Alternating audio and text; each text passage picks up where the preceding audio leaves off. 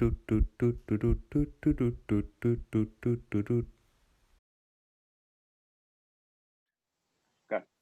Hello.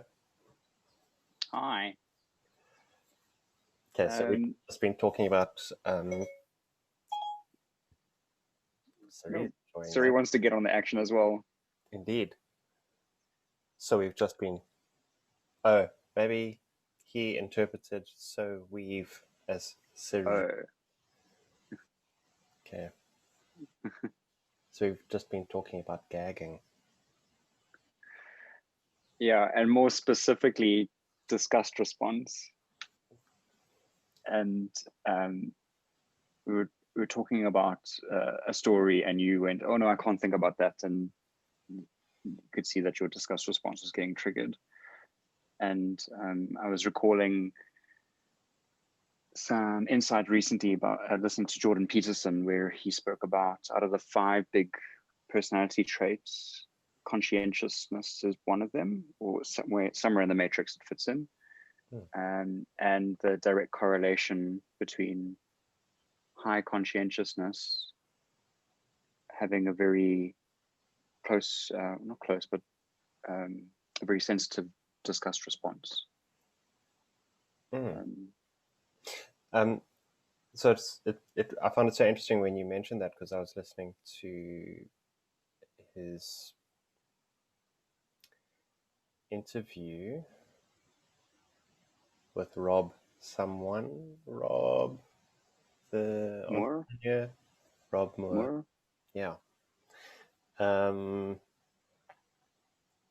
Talking about potentially why there's that correlation, because conscientious people get disgusted with themselves if they're not being actively productive. Oh. I had a different take on it. So Yeah. You also you just before this call, you were saying about how you weren't 100% sure about, I guess, the definitions or the metrics of conscientiousness. Did I hear you right?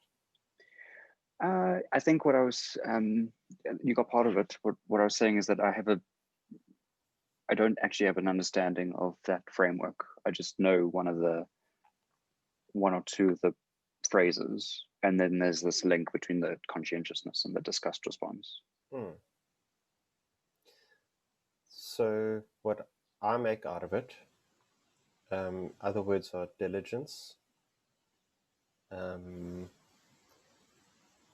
So sense of responsibility to others and being well organized.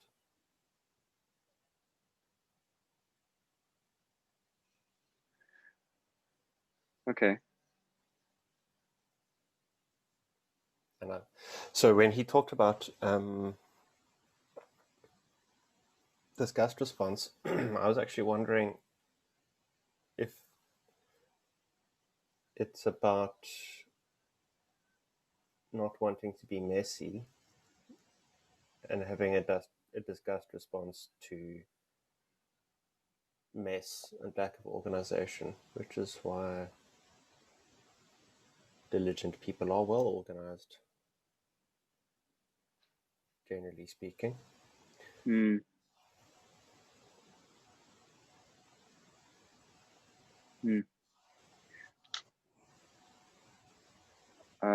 So when I think about my own, so when I was, what I'd said to you was I was curious then that when I think about myself and that my limited and growing understanding of that conscientiousness, there's some parts of it that I resonate with and others that I don't. And what also made me curious is that, so if I don't have a very sensitive disgust response, so I was thinking, does that mean that my conscientiousness is low? So when you said now about some of the other characteristics, when I heard diligent, I thought, well, in some ways I can be diligent, but it can be hard work. And And then when you said responsible to others, I think, and that I resonate with, but I think from me, that's from my please others stuff. So maybe it's maybe I'm being pedantic, which would be something that a conscientious person might do. But I think there might be a difference between responsible to others and a sense of responsibility to others. Okay. And what is conscientiousness? I understood it's a sense of responsibility to others, but also probably to task. Which links back into the diligence again. Maybe it's just a sense of, or sense of responsibility to task because of the sense of responsibility to others through task. Okay. I don't know enough about it, but what I thought was interesting as a potential conversational topic is you said, but does that mean that I'm not conscientious? And it always seemed like that was a sought after or desirable trait to have. And I noticed the same in myself listening to this podcast this morning about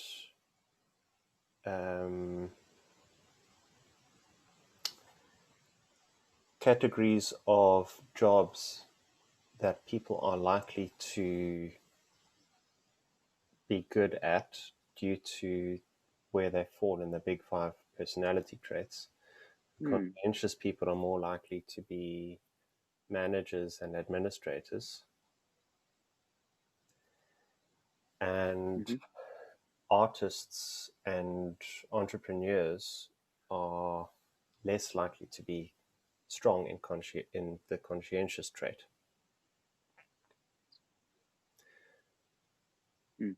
They're more likely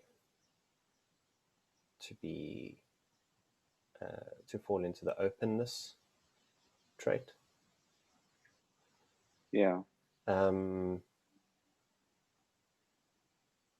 be accommodating.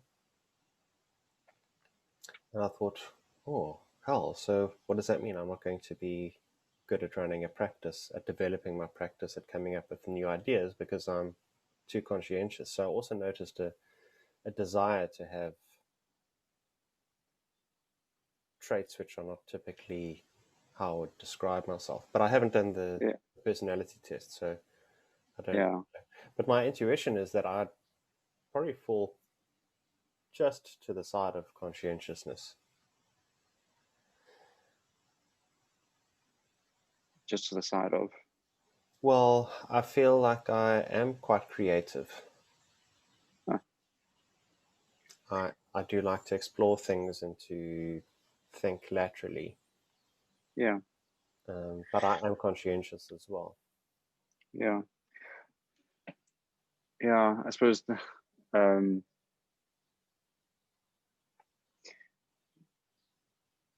we're using this language out of this model matrix.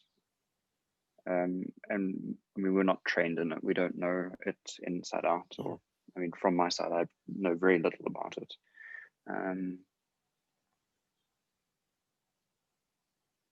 So, you know, holding it at arm's length and just thinking generally, my experience of my own journey, and at times when I've had insight into my psychometrics from other models, there was one that I liked the metaphor where it's called process communication, and the metaphor that they have is can't even remember how many characteristics there are in it now, but they put them in a stack, and they called it a condominium or an apartment block. And it's what is your go-to floor and how many floors do you have to travel through to get to the different other ones. So you're able to access all of them. It's just how much effort do you have to do or expend to be able to get to that floor. And other part of that model was that at times your floors will shift for various reasons. So it's so interesting. I think we have similar internet research habits. Yeah. Because that model is from Taby Kaler, who's also a transactional analyst. Yeah. And that model's been used successfully in very large institutions like NASA. I believe it was commissioned by NASA. That's right. I'd forgotten. Yeah. Amazing. So they don't have elevators, they've got rockets. There's an elevator that gets you to the top of the rocket before it takes off. They don't have to climb staircases. Sure. That would be mean. Can you imagine?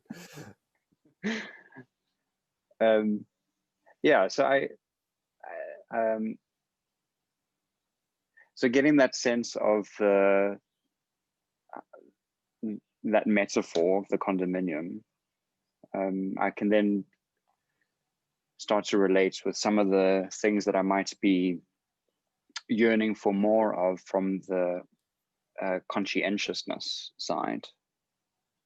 So there might be elements where, I know that I'm not the most organized person. So there are, in some areas, I'm very organized. And in those areas, it doesn't feel like a lot of effort to make it happen. Because I think because I've got a very strong tie of why it's valuable to have that order and that structure. So it makes it's tied to that desired outcome. Whereas in others, when I don't have structure or order, and I start to want to have more, it can feel really heavy. That is so interesting.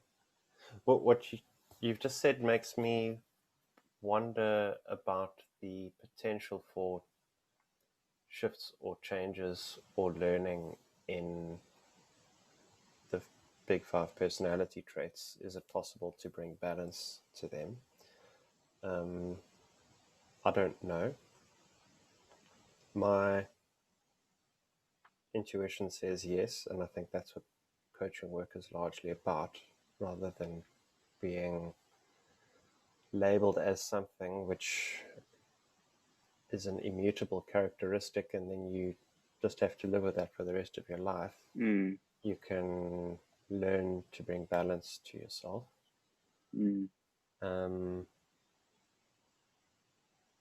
Although that process takes a while, and I imagine it can be hard.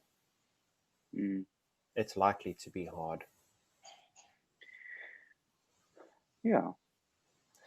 But Jordan Peterson talks about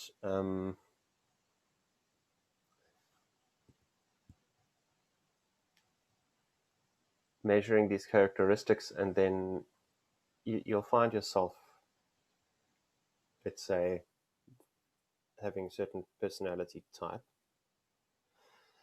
And if you want to enter into business and you're conscientious, then seek out somebody who is creative to bring balance to that, and vice versa. If you find yourself as an entrepreneur in business, you're going to get stuck unless you have some order. So then bring in somebody who is conscientious. Yeah, and that's I'm not sure if it's the same interview, but I've heard him speak about that at some stage, and there's some really nice permission in that, especially if somebody's coming in as my own experience of starting and running my own practice as a one person band. It's like at times I go, oh, some of the stuff feels like a lot of work and I really don't want to do it. And there's some permission in there going, oh, okay, it's because it's not really tying in with maybe my personality traits or something like that. And what's the help that I can then start to look for? So I have a question.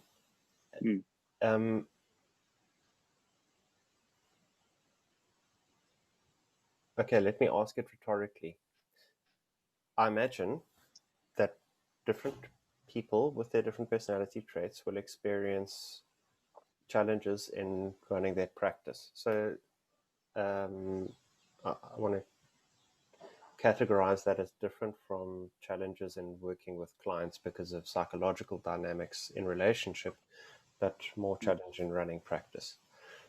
And I'm wondering how supervision has been useful in bringing balance intrapsychically when those challenges are experienced. So, for instance, a person running a practice and that person's creative, has supervision helped them to be more conscientious, and vice versa?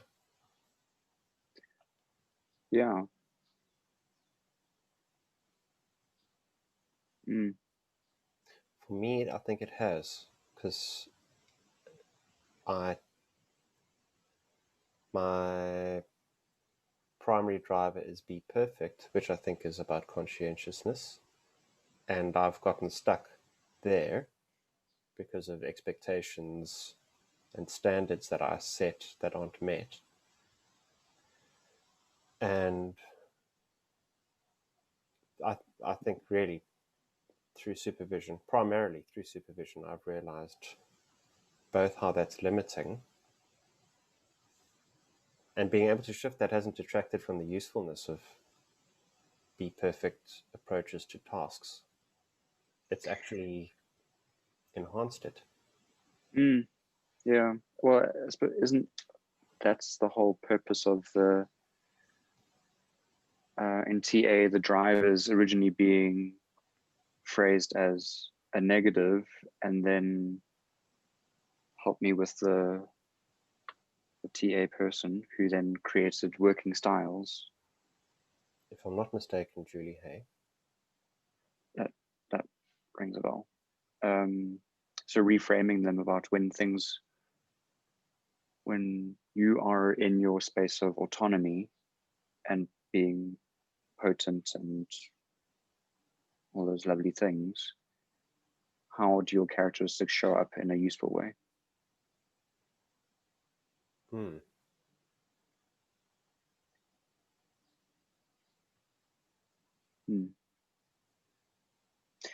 My perfect yeah. is so triggered right now because you asked who it was, and I can't get out of my mind, oh, have I got it right? Did I get the person? Do you want me to look it up quickly? Yeah, if you want. No, let me live with the pain of not having it right. Okay. Do you know what just happened now is that my primary driver working style is please others. So I wanted to jump in and help you. Wow, amazing. Yeah. And my own evolution is that I asked if you want me to look it up rather than be distracted from us and try and look it up for you without request. Yeah. And I'm okay enough to get it wrong that I can not have the answer right now. But after this video, I'm going to go and do the research. Yeah, best believe.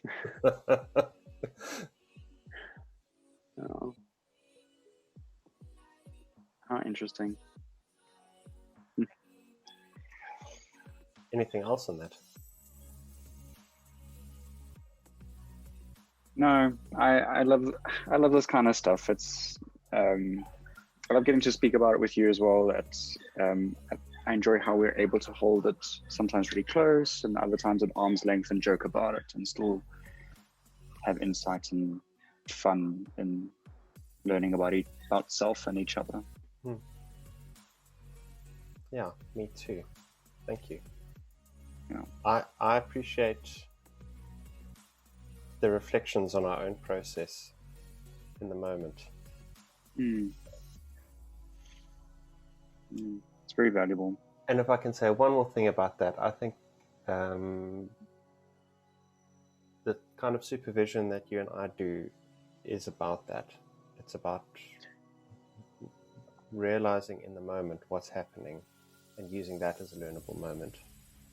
Yeah. Using the here and now as data to have a really insightful learning opportunity. Yeah.